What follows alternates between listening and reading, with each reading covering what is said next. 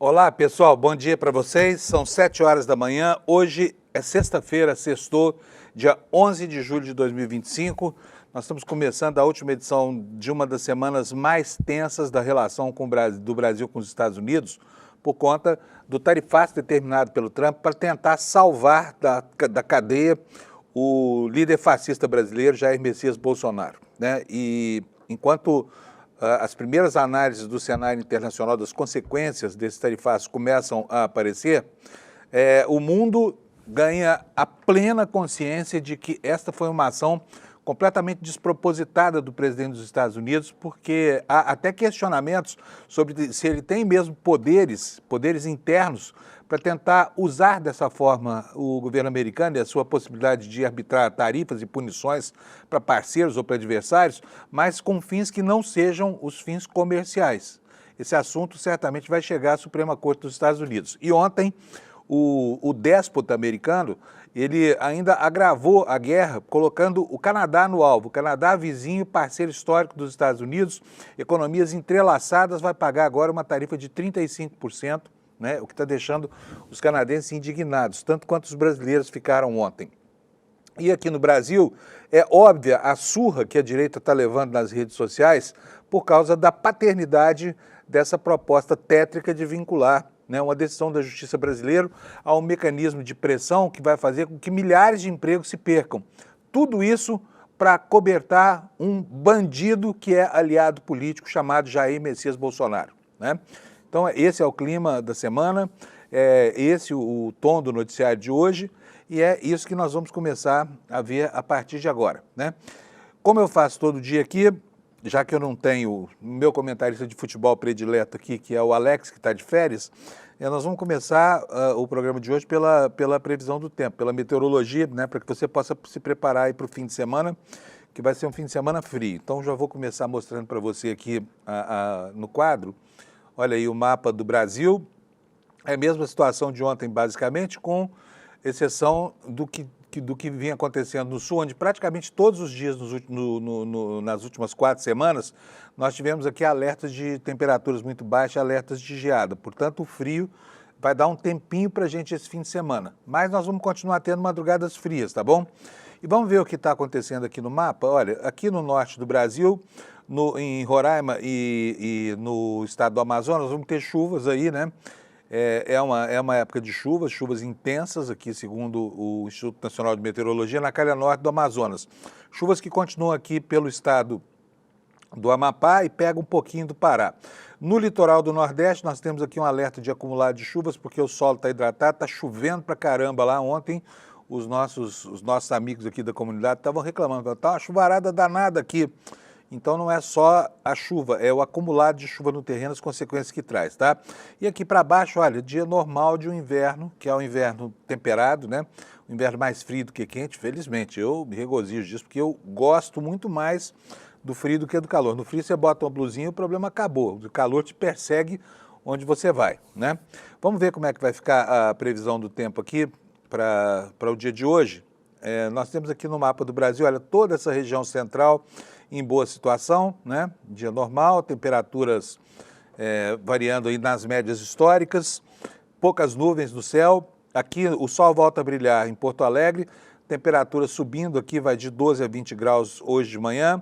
Em Florianópolis também está subindo, de 13 a 22, já melhora um pouquinho, né? Curitiba, a capital mais fria do Brasil, permanece com um dia com o céu parcialmente nublado, possibilidade de geada. Está falando aqui o Instituto Nacional de Meteorologia, com mínima de 9 graus. São Paulo tem temperatura mínima de 11, vai chegar até 22, e o Rio de Janeiro a temperatura varia de 13 a 25 graus Celsius. Lá em Belo Horizonte vai de 11 a 25, em Campo Grande, que é outra capital que sofre com a friaca, vai de 16 a 29 graus, calor retornando lá para Campo Grande, né? Goiânia de 15 a 31, Brasília de 24 a 14. Essas são as temperaturas, é isso que importa. Então, chuvas no norte e no nordeste, o restante do Brasil com tempo seco. E aí começam as preocupações com a umidade relativa do ar, principalmente no Cerrado brasileiro, né? Onde ela vai baixar muito. Colocada aqui para você a meteorologia, nós temos aqui, olha, uma matéria no G1 dizendo que no fim de semana o Brasil vai ter amanhecer gelado no sul, no sudeste e no interior do nordeste, e sol forte e ar seco em boa parte do centro-oeste, chuvas isoladas no norte e no litoral nordestino, exatamente como a gente viu no mapa hoje, né? Aqui na sexta, as temperaturas podem ficar negativas em áreas da Serra Catarinense com risco de geada. Campos de Jordão e Camanducaia, aqui entre o sul de Minas e São Paulo, a mínima pode chegar a 2 graus centígrados. Pessoal lá em Campos do Jordão passando um frio danado, ladeiras ligadas aumentando o aquecimento global. No interior da Bahia, em Piatã, previsão de 10 graus Celsius. Já pensou? Isso na Bahia deve ser inédito, hein? São Paulo, Rio, Belo Horizonte e Brasília começam um dia com frio, mínimas de 11 a 13 graus. Em Curitiba, o amanhecer deve ser um dos mais gelados entre as capitais do país, com previsão de apenas 7 graus Celsius, tá? Então tá aí, seu fim de semana, aproveite bastante. Os dias ficam super bonitos agora nesse comecinho no comecinho de julho, né? Então aproveite, tá bom? Vamos para os destaques, gente? Vamos ver a página do ICL Notícias. Aqui nós estamos de novo, né, diante do noticiário, parece a repetição do dia de ontem, mas porque o assunto está simplesmente esquentando, né? E daqui a pouco eu vou mostrar para vocês que as notícias não são só ruins não, hein? As notícias são boas, principalmente na imprensa americana, que começa a descobrir que o Brasil é um país que não está tão interligado, com a economia tão integrada aos Estados Unidos quanto outros parceiros menores e que estão mesmo encalacrados porque tem os Estados Unidos como seu primeiro cliente, né? O Brasil já não é mais o primeiro, no Brasil, aliás, já não são mais os Estados Unidos os primeiros parceiros comerciais. Hoje, a China tem uma relação comercial muito mais intensa do que os Estados Unidos conosco. E os americanos, ou estadunidenses, como você quiser, estão descobrindo que vai aumentar o cafezinho, né? O dia vai começar mais amargo para eles. Por quê? Porque sem o café do Brasil, a conta não fecha. E a inflação dos alimentos lá já está muito complicada.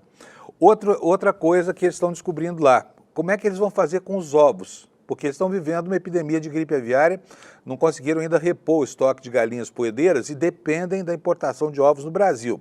Então, os ovos que já estão custando lá praticamente $1 a unidade, $1 a unidade, tá?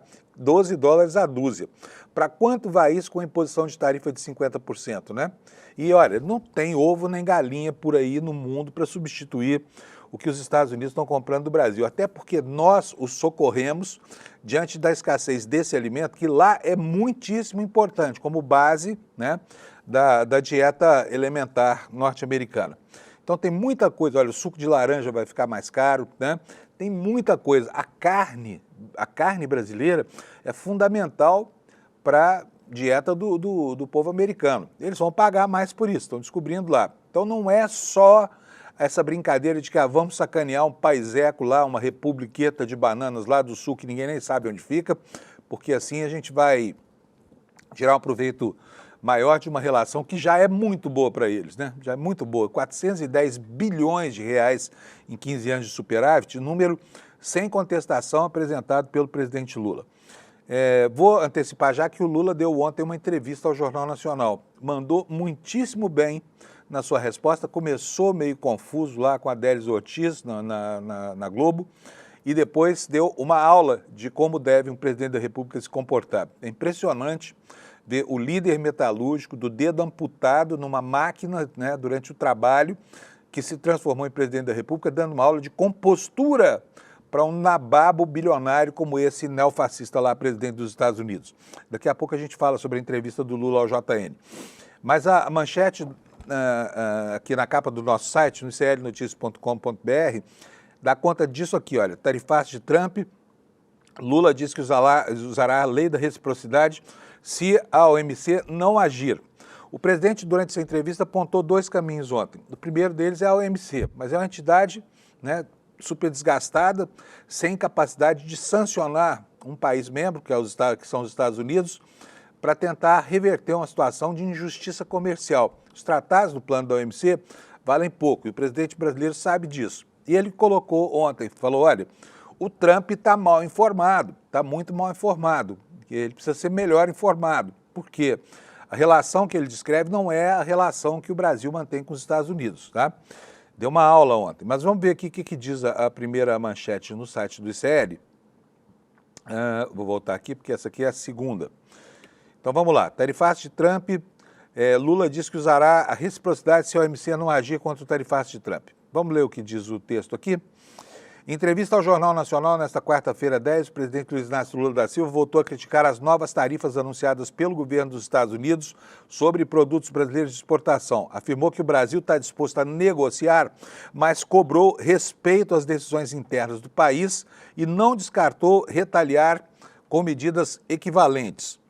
O Brasil quer negociar, disse ele, mas é importante que se respeite a soberania brasileira. Se não houver acordo, responderemos com tarifas iguais, afirmou o presidente. A declaração ocorre após Donald Trump anunciar o aumento das tarifas sobre produtos brasileiros. Lula classificou essa postura como uma tentativa de ingerência na soberania do país e criticou duramente as declarações recentes de Trump que chegaram a questionar o judiciário brasileiro. O que disse o presidente brasileiro? É inaceitável a intromissão de um presidente estrangeiro no judiciário do Brasil. Trump chegou a publicar uma carta dizendo que é preciso acabar com a caça às bruxas aqui. Isso é inadmissível. Temos uma justiça que funciona e que respeita o devido processo legal, declarou Lula. Ele também rebateu os argumentos utilizados por Trump para justificar as novas tarifas. Segundo ele, números comerciais não sustentam a narrativa apresentada pelos Estados Unidos de que há prejuízo na relação com o Brasil. E fez a seguinte assertiva. Nos últimos 15 anos, os Estados Unidos tiveram um superávit comercial de 410 bilhões de reais com o Brasil. Se alguém o informou de que há um déficit, mentiu. Isso não é apenas desinformação, é uma tentativa de sabotar uma relação virtuosa de 200 anos entre os dois países, disse o presidente brasileiro. Ele afirmou que o governo brasileiro está analisando o caso e que vai buscar organismos multilaterais como o Mercosul e a OMC para solucionar o impasse. O presidente disse que não vai tomar nenhuma decisão precipitada. Ele falou assim, eu não vou tomar decisão com 39 graus de febre, num sinal de maturidade, né? O Brasil não quer briga com ninguém, mas quer respeito, frisou. Lula defendeu a autonomia de países em desenvolvimento e mencionou a possibilidade de os BRICS criarem efetivamente uma moeda comum para o comércio internacional como forma de reduzir a dependência. E ele disse o seguinte, olha, eu nunca me importei com o que eles fazem lá no G7 e outros países fazem em outros organismos multilaterais. Nós queremos uma política independente e um comércio justo, afirmou o presidente brasileiro. Olha, a gente sabe, né, pela tradição, que argumentos vinculados à verdade factual produzem muito efeito junto ao Trump. É só para lembrar aqui, esse cara pintou e bordou na campanha uma cidadezinha lá em Springfield, em Ohio. Ele teve a pachorra de dizer que a população de haitianos que estava se radicando ali em busca de trabalho, né, pessoas fugindo da fome que se radicaram nesse local, Springfield, estavam comendo os gatos e os cachorros dos moradores da cidade, numa manifestação extremamente racista durante a campanha eleitoral. E a parcela que votou em Trump acredita nessas coisas. Ele é como o Bolsonaro, ele não precisa falar, não precisa provar nada que fala. Lá o eleitor dele tem um comportamento bovino. Não por acaso, né, a gente os chama aqui no Brasil de gado. Então, o argumento da verdade não é capaz de convencer Trump, mas a verdade tem que prevalecer, pelo menos no plano da burocracia americana, né, dos altos funcionários do governo americano, que vão fazer as justificativas legais e não apenas dar curso à vontade unipessoal de um tirano em formação que acha que pode tudo. Na verdade, não pode tudo, né?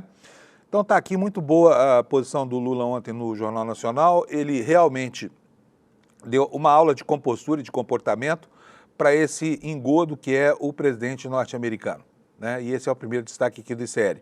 Agora vamos ver a segunda notícia boa aqui no nosso site.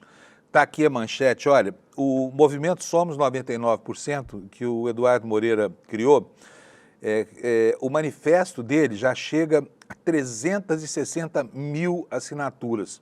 Ele vai, com certeza, figurar entre as manifestações populares com maior número de adesões na história do país. É o abaixo-assinado, talvez, não sei se já é, porque nós temos aí a concorrência com a lei da ficha limpa, né, que deu origem a um projeto de lei de iniciativa popular acompanhado de 1.600.000 assinaturas.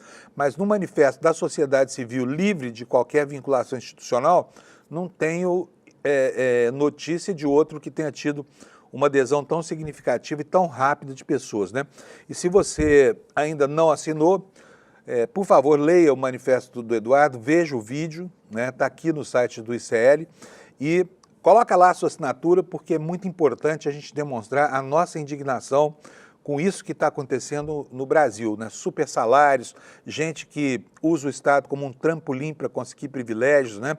Essa ausência de coragem de tributar quem tem que ser tributado, que são os mais ricos, e isso começa a fazer efeito, gente. Olha só, a pressão, não estou dizendo que é só o abaixo-assinado, mas o abaixo-assinado é um componente importante desse quadro da realidade. Daqui a pouco eu vou ler aqui as notícias para vocês sobre o Arthur Lira, né?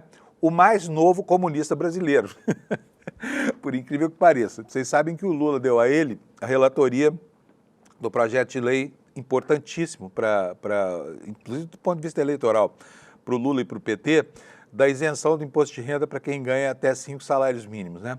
E até R$5.000, aliás. O que fez o Lira, ao contrário do que se esperava dele? Adorou a ideia. Olha o que a pressão popular é capaz de fazer, né?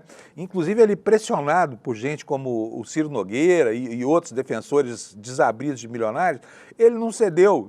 Eu, sinceramente, não esperava do Lira o relatório que ele apresentou. Inclusive, ele aumentou em R$350 a faixa intermediária, que vai pagar entre 10% e 27,5%.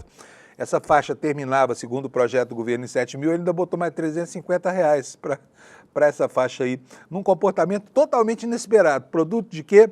Da pressão popular. Porque vocês não tenham dúvida que se estivesse tudo bem na internet, se o governo não tivesse conseguido se dar muito bem nessa campanha, se o campo progressista não tivesse gritado tão alto quanto a direita costuma gritar, a essa hora o Lira estaria dormindo em berço esplêndido lá, sentado em cima desse projeto, porque, olha, tirar dinheiro de milionário para custear isenção fiscal de proletário não é algo muito popular entre a direita brasileira. Concorda com isso?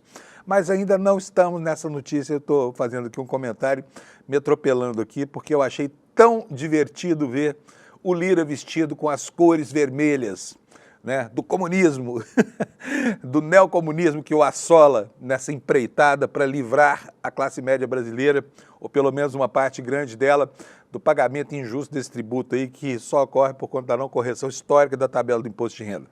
Então, eu quero dizer para vocês que foi super importante essa iniciativa. Se está faltando a sua assinatura nesse manifesto que começou aqui no ICL, mas agora já é um documento que pertence ao Brasil, bota a sua assinatura aí, tá? Olha, 99%.com.br, é super simples. Bom, vamos lá.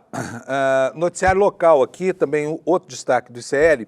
Vocês sabem que aqui em São Paulo o prefeito inventou um sistema de perseguição de diretores de escola que é disfarçado de curso de formação profissional. Na verdade, esses cursos são a bomba, os professores ficam fechados numa sala de aula sem ter o que fazer o dia inteiro, estão reclamando muito disso, enquanto se afastam das salas de aula em 25 escolas. Foi uma maneira que ele inventou de tirar esse pessoal que o incomodava e que estava tendo baixo desempenho escolar das suas escolas para tentar mudar na marra a administração escolar em São Paulo.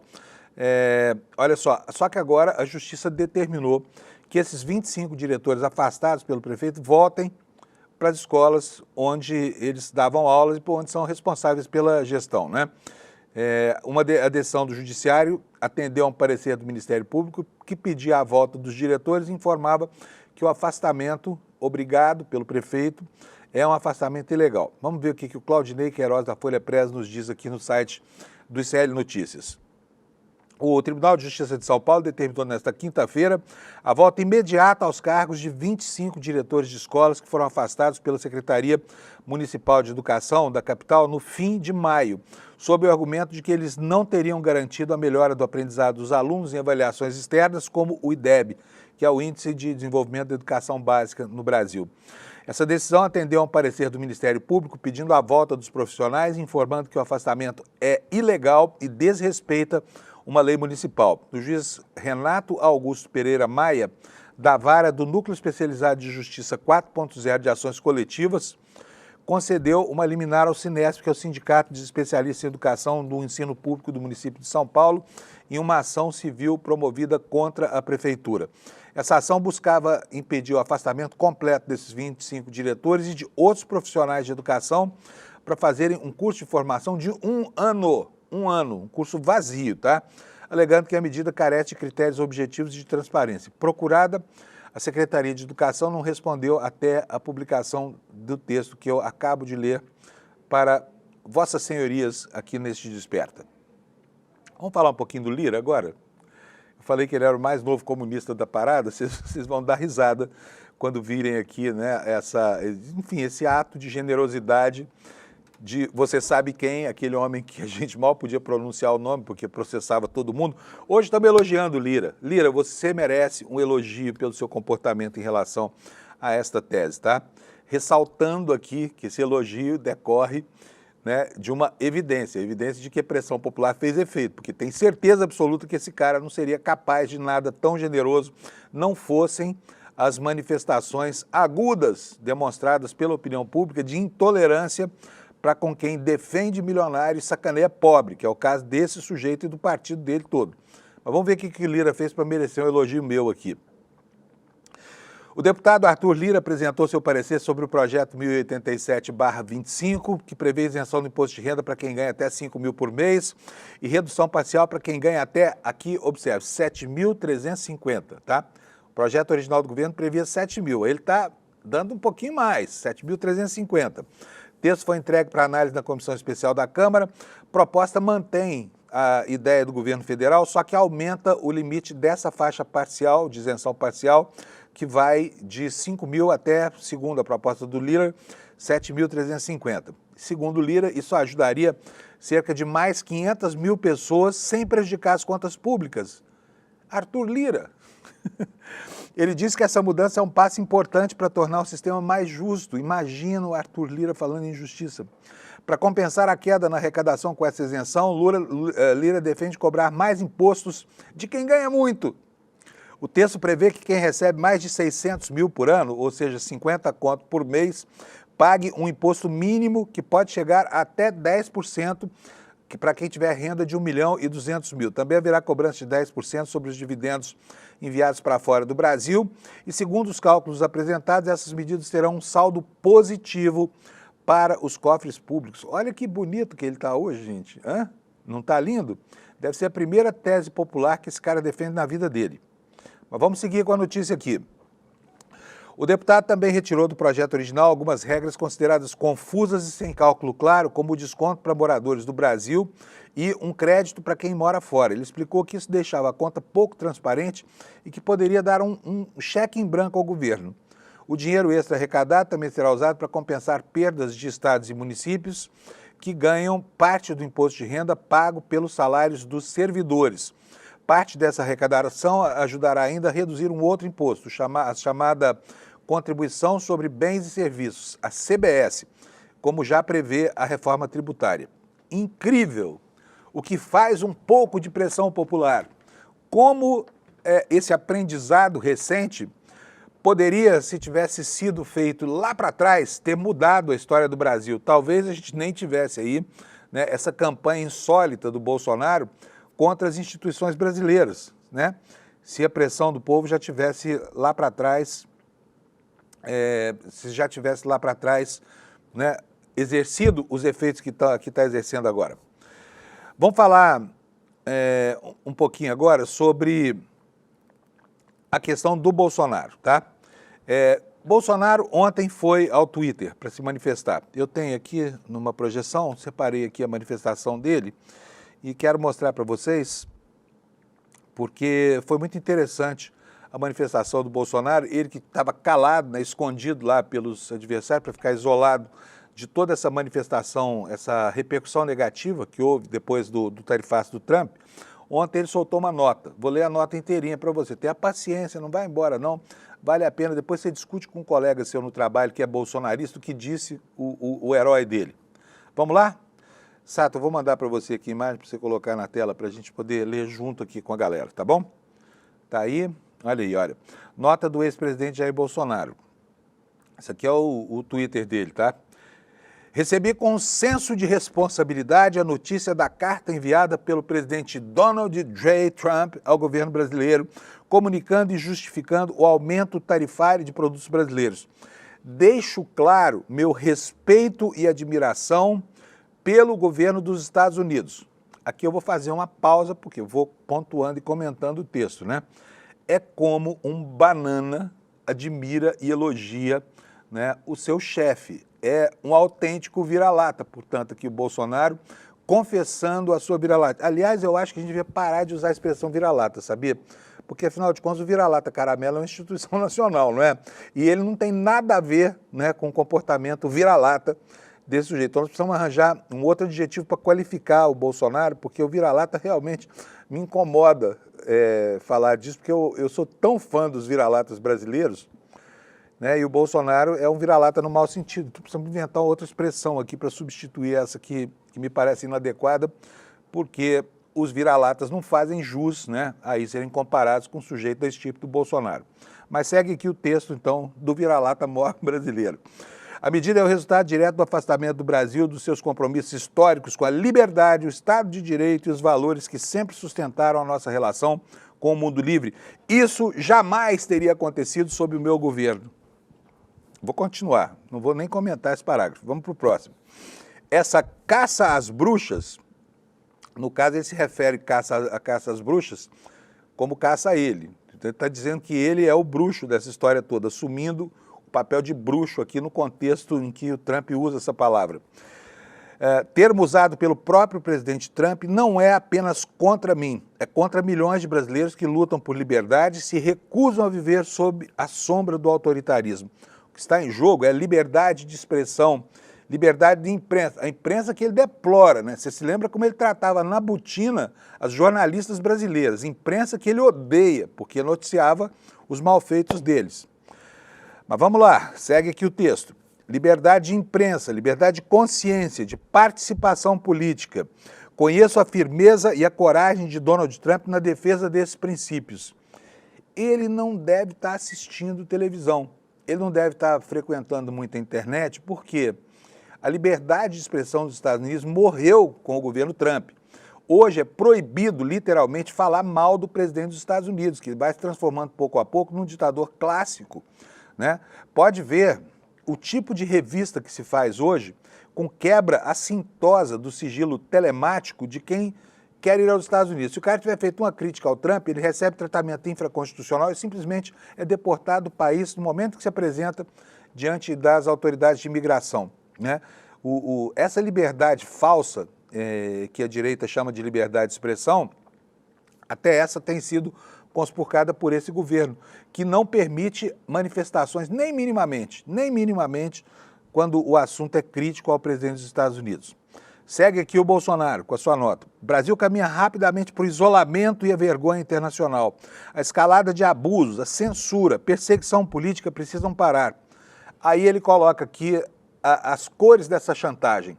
Ele diz o seguinte, olha, o alerta foi dado, não há mais espaço para omissões. E desesperado, porque esse canalha vai ser preso, esse bandido vai para a cadeia, não há o que fazer, talvez fique em prisão domiciliar, mas vai usar uma tornozeleira eletrônica e vai ficar encarcerado em casa. É o mínimo que se espera de um golpista, né? De um golpista e que tem tantos outros, mas enfim, de um golpista que provocou essa situação toda. Ele fala o seguinte, olha, na caracterização dessa chantagem. Peço aos poderes que ajam com urgência, apresentando medidas para resgatar a estabilidade institucional. Ainda é possível salvar o Brasil. O que ele está dizendo aqui? Ele está dizendo para o Congresso se virar para aprovar um projeto de anistia que o beneficie, constrangendo a definição que todo mundo espera do Supremo Tribunal Federal. É isso que ele fala. Hajam poderes. Produzam aqui um resultado que me é favorável, porque senão eu vou ferrar com o Brasil inteiro, através da minha relação, dessa relação horrorosa com o reizola do mundo, Donald Trump, tá bom? Então é essa posição do Bolsonaro, isso aí que vocês estão vendo na tela, já é uma outra nota que foi muito esperada, e vou falar já sobre ela, porque a gente já falou que precisava aqui sobre o Bolsonaro. Essa nota é uma nota assinada por duas pessoas que estavam, ó, em silêncio, caladinhas. Quem? Davi Alcolumbre e Hugo Mota. Davi Alcolumbre e Hugo Mota, presidente do Senado, presidente da Câmara. E foi uma nota que deixou todo mundo frustrado, porque é uma nota muito curta e que não diz nada, ela morde e assopra, como vocês vão ver aqui. Brasília, 10 de julho de 2025. A decisão dos Estados Unidos de impor novas taxações sobre setores estratégicos da economia brasileira deve ser respondida com diálogo nos campos diplomático e comercial.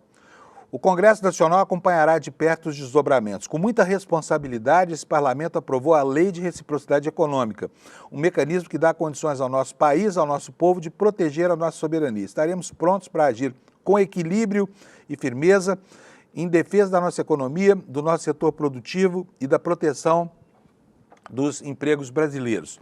Agora vamos dissecar essa nota aqui para que a gente entenda exatamente o que ela quer dizer. Ela se refere, no seu segundo parágrafo, dos 3, são só 3 parágrafos, nota super enxutinha, a Lei de Reciprocidade Econômica. Essa lei foi aprovada no mês passado, depois de anos de tramitação. E essa lei, como eu expliquei para vocês ontem aqui, é uma lei inspirada em uma perspectiva do agronegócio. Por quê? O agronegócio brasileiro, no afã de exportar para a Europa, estava enfrentando barreiras não alfandegárias muito difíceis de vencer, né? E a gente vê a materialidade dessa situação se reflete, por exemplo, na dificuldade em aprovar esse acordo que tem sido perseguido pelo Lula com a comunidade europeia, né? A França se opõe e tudo mais. Então, o que o Brasil fez?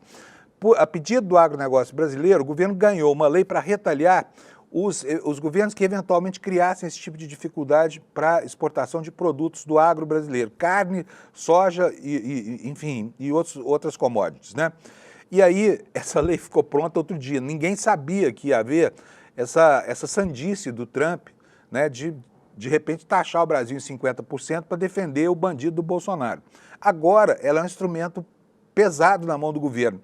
E ninguém pode reclamar, né, se o Lula efetivamente usar da prerrogativa que lhe compete, né, que lhe foi dada por essa legislação, para defender o Brasil do ataque bolsonarista lá fora, da continuidade do golpe pelas mãos desse sujeito lá, que é o presidente dos Estados Unidos. Então, é a isso que essa carta se refere. Ela diz, nós temos um instrumento aqui, só que fala disso de uma maneira quase muda, né, silenciosa, fala baixinho aqui. E aí diz o seguinte, no terceiro parágrafo, que tem apenas 2 linhas, estaremos prontos para agir com equilíbrio e firmeza. Não sei o que significa a expressão, equilíbrio e firmeza, em defesa da nossa economia, do nosso setor produtivo e da proteção dos empregos brasileiros. Mas vamos voltar lá no primeiro parágrafo, porque ali está uma informação que eu gostaria sinceramente de entender e quero que você reflita sobre ela. Os Estados Unidos acabam de impor novas taxações e isso deve ser respondido, olha aqui, ó, com diálogo nos campos diplomático e comercial. Só não entendi que diabo de diálogo é esse sobre uma chantagem política. Como é que se negocia essa imposição do Trump? O que se pode fazer com a vontade imperial do dono do planeta, né, do reizola Donald Trump, em face, né, da chantagem que está colocada? Como é que se negocia isso? O que o Lula pode dizer? Chega lá, Trump, olha, a Délis cobrou dele ontem, né? Ah, mas o senhor não ligou para ele hora nenhuma. E o Lula falou, não, eu vou, se precisar eu falo com ele. Mas vai falar o quê? Não, Trump, olha, fiquei muito sensibilizado aqui com a sua carta e, inclusive, eu estou ligando agora para o Xandão para mandar arquivar o inquérito contra o Bozo, tá? Não vou fazer mais, aqui no Brasil pode ficar tranquilo, o presidente manda no presidente do Supremo, manda no colegiado, é tranquilo, né? O Brasil, afinal de contas, é uma democracia nos moldes da democracia americana hoje. Quer dizer, esse é um diálogo tão improvável, tão impossível, tão desprovido de razão, que efetivamente não há o que negociar, não há o que negociar. Como é que o Brasil faz? Vai abrir mão da sua soberania? Porque aí são 2 princípios basilares da República. O primeiro deles é a soberania, né? A soberania arranhada. O segundo é a não interferência de um poder em outro. Como é que o Poder Executivo vai levar o Poder Judiciário a mudar o curso de um processo que está baseado no devido processo legal, na Constituição e na legislação brasileira?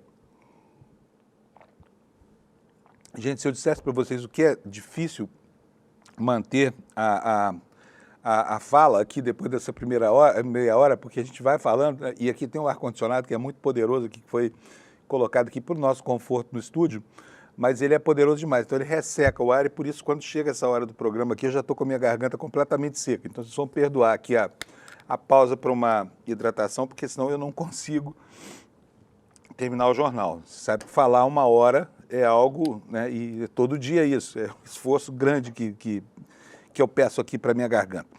Olha só, vamos falar um pouco sobre a repercussão nas redes sociais. Não tem muito dado quantificador, mas não é difícil a gente perceber a reação, né, negativa nas redes sociais a qualquer manifestação da direita brasileira. Finalmente, parece que o campo progressista entendeu como é que se comunica na internet, né? E a gente tem que reconhecer que esse processo é um processo guiado por uma mudança de filosofia na comunicação da presidência da República. O Lula está mais exposto, dessa vez o governo reagiu com uma rapidez inaudita, né, inédita também, e conseguiu conter, conseguiu liderar, né, o processo da opinião pública de formação desse sentimento de indignação, né, distribuir um meme, o Lula foi, mas eu tenho uma reclamação para fazer aqui, é o seguinte, está na hora de mudar um pouquinho também esse conceito de quem é que tem acesso ao presidente da República. Óbvio que o presidente tinha que aparecer no Jornal Nacional, mas fica aqui a minha pergunta, e se ele tivesse dado uma entrevista coletiva para todo mundo, será que a exposição dele teria sido menor do que foi a exposição só no Jornal Nacional? Ontem houve uma iniciativa do campo progressista, né? São pequenos sites e blogs e canais do YouTube que fizeram uma roda de perguntas com o ministro Fernando Haddad. Foi uma empreitada muito bem sucedida e o Haddad respondeu para eles. Mas o Lula reservou a sua participação a essa entrevista no Jornal Nacional. Obviamente todo mundo repercute, mas o governo peca a não dar mais espaço para quem efetivamente faz com que o jornalismo não perca o mote da verdade no Brasil, que é justamente essa imprensa que a gente representa, a imprensa alternativa, né? Alguns melhor do que outros, etc., mas está faltando isso. Está faltando o presidente enxergar que não é só a Rede Globo, está faltando o presidente enxergar que não é só a Globo News, que tem uma miríade aí de outros canais que estão aqui querendo ouvir dele e ele não abre espaço. Eu não sei se é ele pessoalmente, se é a assessoria, mas o fato é que isso ocorre sempre em benefício de uma rede muito grande. E aqui vai uma reclamação. Sobre o conteúdo da entrevista não tem nenhuma queixa, acho que o Lula se saiu muito bem. O que eu estou me queixando aqui é da falta de oportunidade. A opinião pública percebeu, né? Percebeu com muita clareza. E ontem eu peguei alguns comentários de pessoas aqui da nossa comunidade do ICL, só para a gente ter como um termômetrozinho. Obviamente que eu escolhi esses comentários aqui, mas eles refletem o que se passa na área de comentários aqui mesmo do nosso programa, tá bom? Vou começar mostrando para vocês um comentário engraçado na nossa área aqui Não, peguei esse aqui no Twitter. Eu mostrei para vocês ontem que Lúcifer havia, né, postado no Twitter uma fotografia onde o Eduardo Bolsonaro aparece vestido com as orelhinhas da Minnie Mouse lambendo botas de americanos. Hoje foi Deus quem postou, tá? Então ontem teve a manifestação de Lúcifer, aliás, anteontem teve a de Lúcifer, ontem houve a de Deus. Olha aqui, ó, eu vou botar aqui na tela para vocês, vai aí, Sato, ó. Pronto. Tá aí, ó, Deus em pessoa. Se o Lula for reeleito em 2026, nós teremos que agradecer o animal de carroça Eduardo Bolsonaro, né, cuja arroba no Twitter é Bolsonaro SP, por esse presente. Ele foi o Adélio Bispo do Lula, dando uma facada no Brasil todo de uma só vez. Belo comentário de Deus, né? Está dizendo aqui, Deus está antenadíssimo.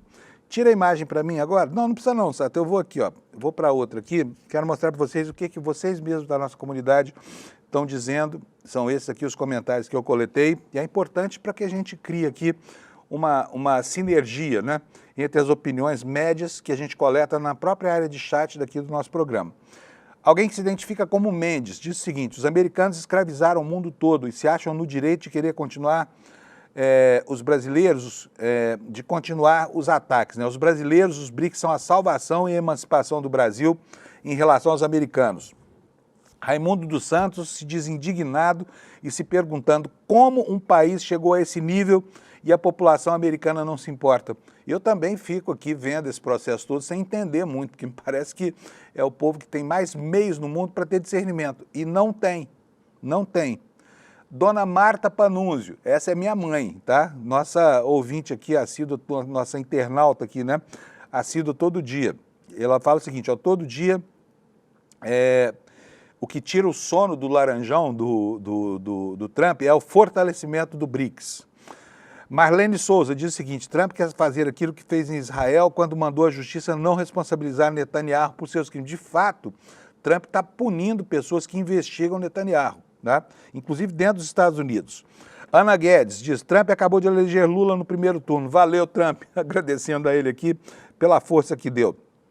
Ricardo Zambrano Jacques diz o seguinte, Trump condenado em 34 processos, incluindo golpe, parte para cima do Brasil, para forçar uma anistia ao golpista Bozo. É tão absurdo quanto o STF exigir que a Suprema Corte lá nos Estados Unidos condene o Trump pelos 34 processos que estão lá, né? Vocês já pensaram se o Lula de repente se metesse a sair por aí fazendo campanha no mundo, dizendo, Estados Unidos, vou impor a vocês uma sobretaxa de tudo que vocês exportam para cá, para que a sua Suprema Corte condene o Trump. Parece coisa de acelerado, né? Você vai falar, não, mas isso não tem cabimento. É óbvio que não tem cabimento nenhum. Tanto não tem cabimento quanto a situação criada pelo Trump querendo forçar a justiça brasileira a anistiar este bandido chamado Bolsonaro. Seguem aqui os comentários. Elizabeth Raaben, preparem-se para o novo Guaidó. Os Estados Unidos são muito previsíveis, repetirão o que fizeram contra a Venezuela, tentarão impor o Bananinha como presidente. Pelo amor de Deus, vai de retro. Né? Podem preparar o contra-ataque. Márcia Costa diz o seguinte, deputado federal que vive às nossas custas e não trabalha pelo Brasil, não se enganem, o único interesse dessa quadrilha é em benefício próprio e jamais se importam com o povo. Manuel Braz dos Santos, o Lula deveria chamar uma cadeia de rádio e televisão e falar ao povo e mostrar a viralatice da extrema-direita, Tarcísio, Zema, Ratinho e os Bolsonaros. E a Karen Eliseire nos diz o seguinte, por que os lesa-pátria ainda estão soltos? Esses canalhas têm motivo suficiente para prisão preventiva, segundo ouvi de vários comentaristas, e é verdade mesmo. Eu também acho, viu, Karen, que está mais do que na hora de meter pelo menos uma tornozeleira no pé desse canalha do Bolsonaro, né? Porque ele tem dado todas as pistas de que vai fugir. Pode tirar a imagem, Sato, por favor? Beleza, maravilha. Falei para vocês que o ministro Haddad ontem conversou com jornalistas, né? Conversou com jornalistas do campo progressista numa live que foi coordenada entre vários veículos do campo progressista. E ele ontem foi muito claro ao responsabilizar a extrema-direita pelo que está acontecendo com o Brasil aí fora. Foi muito enfático, né? É bom ver o ministro Haddad defendendo essas posições aqui, porque eu achava que ele estava suave demais no trato com os bancos, né?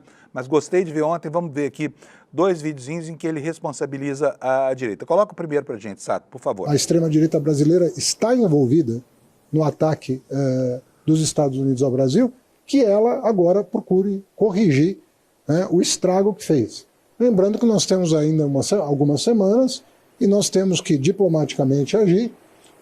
O grupo de trabalho que vai ser formado sob a condução do vice-presidente Geraldo Alckmin, vai analisar a lei de reciprocidade e todos os instrumentos que estão à disposição do governo brasileiro para levar ao presidente da República, mas nós esperamos que até lá esse tipo de atitude seja repensado pelas vias diplomáticas e pela desistência dos setores de extrema-direita do Brasil em atacar a soberania nacional. Olha, nunca tanta gente falou sobre soberania nacional. Nunca tanta gente soube na prática o que isso significa. Nunca tanta gente fez pleitos para que a soberania não fosse quebrada. E aqui nós estamos falando de um movimento que abarca todos os arcos da política. Só devemos excluir dela, por uma questão de cautela, o PL, né, que é o maior partido com a maior bancada hoje no Congresso Nacional, e que se recusou a assinar uma nota da Câmara ontem, né, condenando esses ataques todos. Por quê? Porque o PL está pelas tampas com essa situação criada pelo Bolsonaro e pelos filhos dele, sabe? Há manifestações de discordância interna, mas a bancada tem que defender um posicionamento. E em uníssono, ontem foram contra a emissão dessa nota, né? E eu vou mostrar para vocês agora o segundo vídeo do Haddad, que fala justamente sobre vassalagem, tá? Que é algo que o Brasil tinha esquecido no plano das relações multilaterais, mas palavrinha cujo vigor agora se mostra inequívoco, né? Todo mundo discutindo vassalagem e soberania, né? Os dois opostos no campo semântico. Então vamos ver a segunda gravação, essa em que o Haddad diz que nós não seremos vassalos. Eu acredito que o tiro vai sair pela culatra. Eu acredito que isso não pode se sustentar.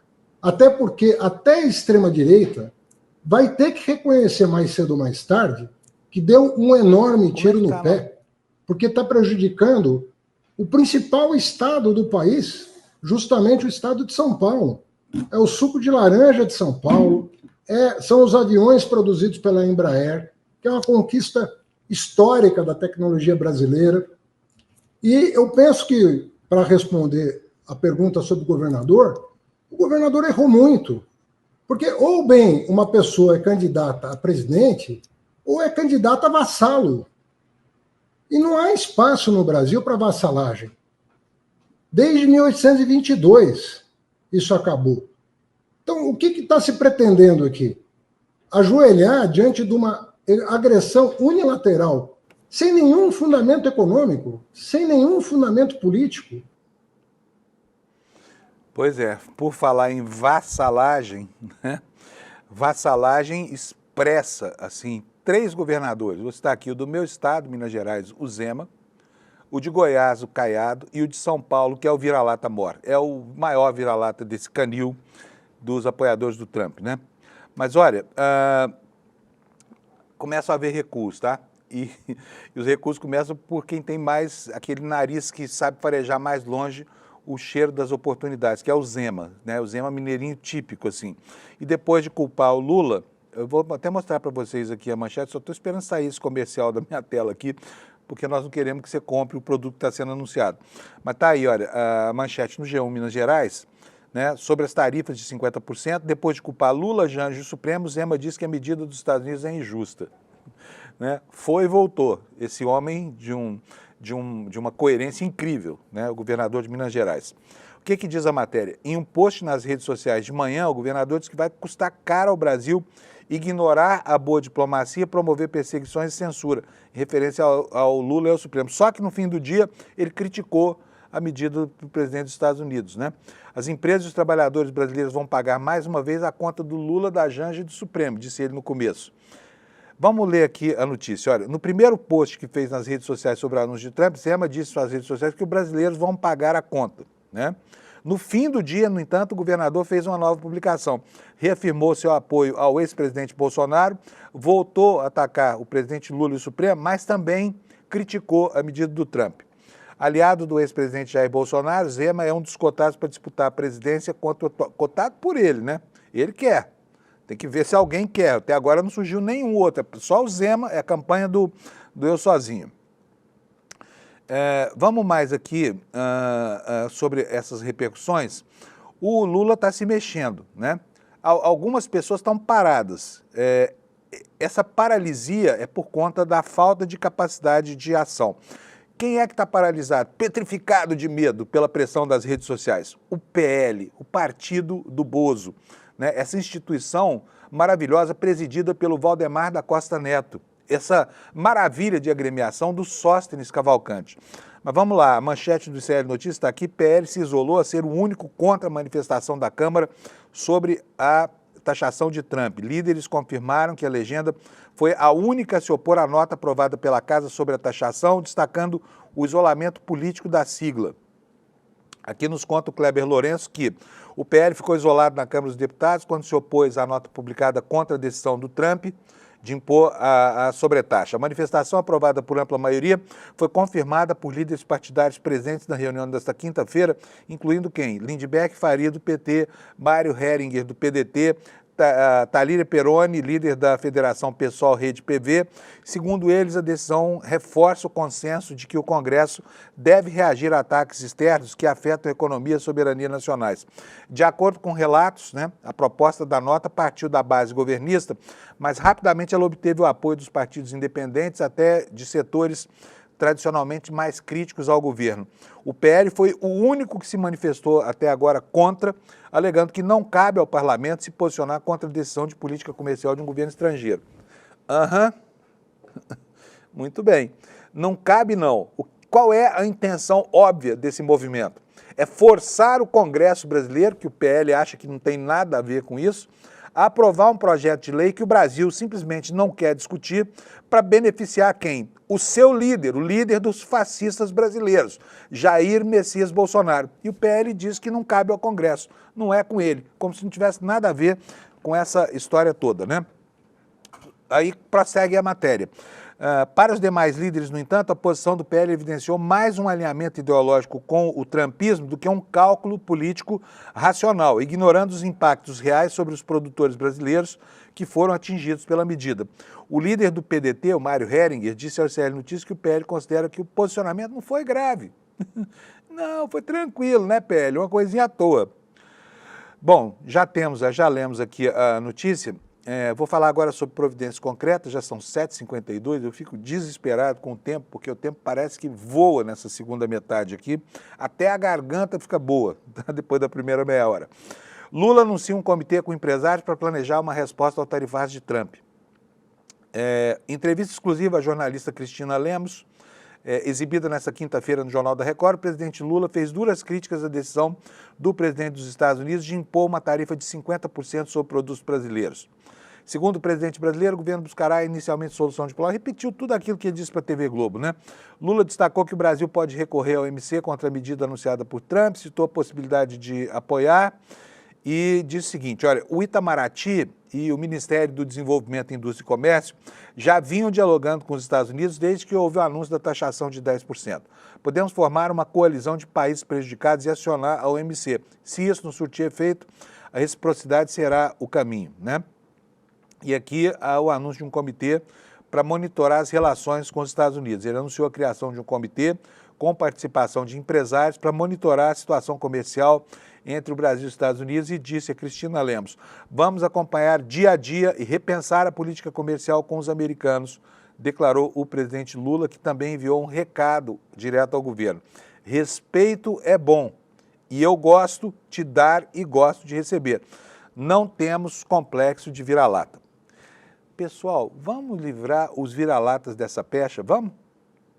Vamos nessa? Bom, o presidente Lula anunciando aqui a formação do comitê com os empresários, enquanto isso a Embraer anunciando, né, nos conta aqui a Mariana Barbosa do UOL, que vai tentar restabelecer tarifa zero para o setor aeronáutico, né? Uma das empresas de capital aberto mais afetadas pela sobretaxa de 50%, diz que a Embraer está trabalhando com as autoridades competentes para avaliar um eventual impacto. É muito importante o mercado norte-americano para a Embraer, porque ela vende, de cada 4 aviões que fabrica, 3 vão para lá, né? As companhias, os aviões são tão bons que as companhias aéreas americanas, especialmente a American Eagle, fazem a navegação de cabotagem, ou seja, entre pontos dentro dos próprios Estados Unidos e com países vizinhos, com aviões brasileiros e aviões canadenses, né? Então essas companhias ficam numa situação muito complicada, tanto as canadenses quanto as brasileiras. E aí a imposição de tarifas de 35% ao Canadá quase coloca em paridade de condição a Embraer e a empresa canadense que fabrica aviões. Mas, enfim, elas perdem feio para os fabricantes americanos ao ser mantida essa tarifa, né? E, em função disso, as ações da Embraer chegaram a cair 7% ao longo do dia e no fim da tarde a queda era de 3,5%. Agora, o movimento da Bolsa e do dólar ontem foi muito mais suave do que o próprio mercado previa, tá bom?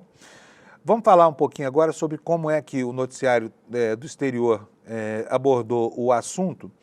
E eu vou começar para vocês aqui, mostrando para vocês a matéria do Washington Post sobre esse anúncio das tarifas lá para o Canadá. Trump anuncia tarifa de 35% sobre o Canadá. Imposto traz mais turbulência, um relacionamento bilateral tenso, anota o Washington Post aqui, enquanto o primeiro-ministro Mark Carney negocia uma nova parceria econômica com os Estados Unidos. E a matéria diz o seguinte: os Estados Unidos vão impor uma tarifa de 35% sobre produtos importados do Canadá a partir de 1º de agosto, disse o presidente Donald Trump em uma carta ao primeiro-ministro Mark Carney. O anúncio representou um retrocesso nos esforços desse primeiro-ministro para negociar uma nova parceria econômica com os Estados Unidos antes do prazo autoimposto de 21 de julho. As autoridades canadenses buscam um acordo que suspenda as tarifas já impostas pelos Estados Unidos em uma publicação nas redes sociais da noite desta quinta-feira. Está aqui a matéria, então. Tem também muito material no Times sobre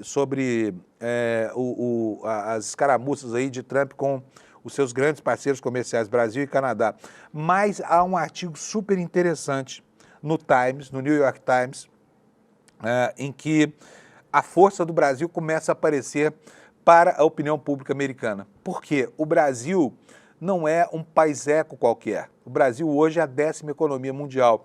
O Brasil é um grande provedor de produtos e de commodities para o mercado americano, inclusive essas às quais eu me referi no começo do programa, que são o quê? Suco de laranja, que os americanos tomam todo dia no café da manhã, a carne que eles comem, os ovos que as galinhas deles não conseguem botar porque foram dizimadas, pela gripe aviária. Tudo isso o Brasil é provedor. Então, a relação desnivelada por essa medida estapafúrdia do Trump vai criar inflação lá nos Estados Unidos também. Não somos só nós que perdemos, não. Tá?